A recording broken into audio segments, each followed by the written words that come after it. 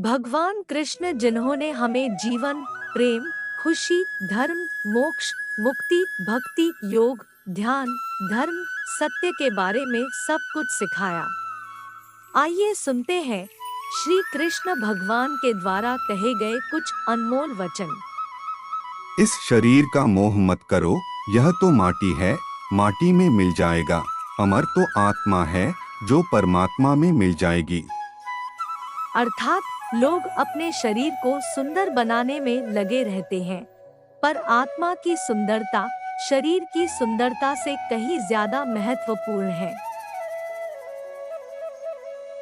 शरीर तो नश्वर है, मिट्टी ही तो है, जो मिट्टी में ही मिल जाता है, पर आत्मा अमर है, इसलिए आत्मा की सुंदरता पर ध्यान दो। आत्मा की सुंदरता खुद को श्री कृष्ण में लीन करने में मिलती है।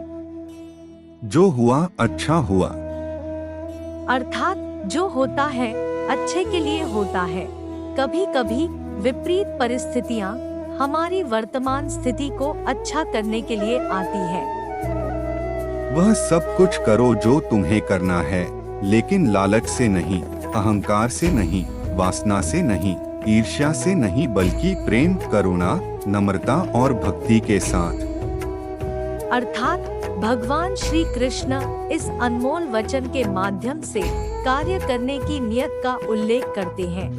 जब किसी भी कार्य करने में अगर लालच होगा, बेईमानी होगी, जलन होगी, तो वो काम न तो सही होगा और न ही उसके परिणाम फलदायी होंगे।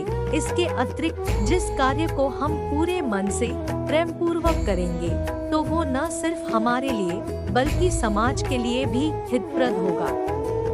नरक के 3 द्वार हैं, काम, क्रोध और लोभ।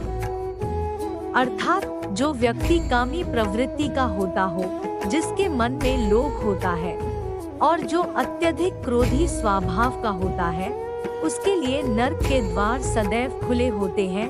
अर्थात ऐसे व्यक्ति को तो सिर्फ नरक में ही जगह मिलती है। मैं ही सृष्टि का आदि, मध्य और अंत हूँ। अर्थात भगवान श्री कृष्ण ही इस सृष्टि के पालनहार है।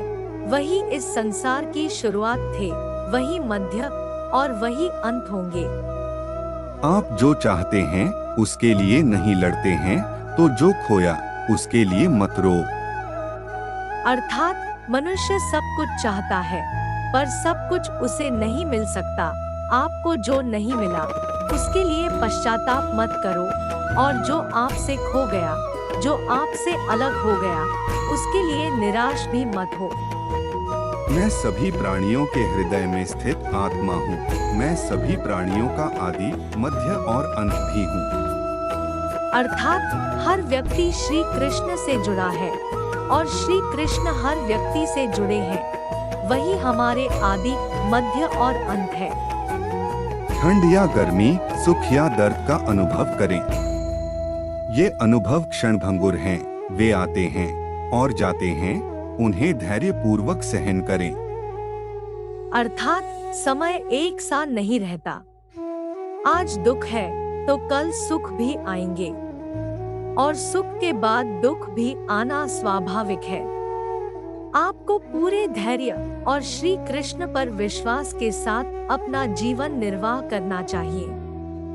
सत्य कभी नष्ट नहीं हो सकता, इसीलिए अच्छाई करने से कभी नहीं डरना चाहिए। अर्थात लोग अक्सर सच कहने से बचते हैं या डरते हैं, पर सत्य कभी छुप नहीं सकता और न ही कभी मिट सकता है। कितना भी छुपा ले, पर सच तो उजागर हो ही जाएगा।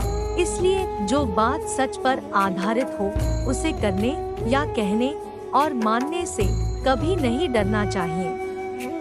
मेरे लिए न कोई घृणित है और न ही कोई प्रिय, न कोई निर्धन है और न ही कोई धनी, बस जो भक्ति भाव के साथ मुझे याद करते हैं, मैं उनका हूँ और वो मेरे। अर्थात श्री कृष्ण उन्हीं के हैं जो श्री कृष्ण के हैं। भगवान तो बस प्रेम भक्ति के भूखे हैं। जो भी उनकी भक्ति में लीन होता है, जो भी प्रेम से उन्हें याद करता है, वो सदैव उसका कल्याण करते हैं।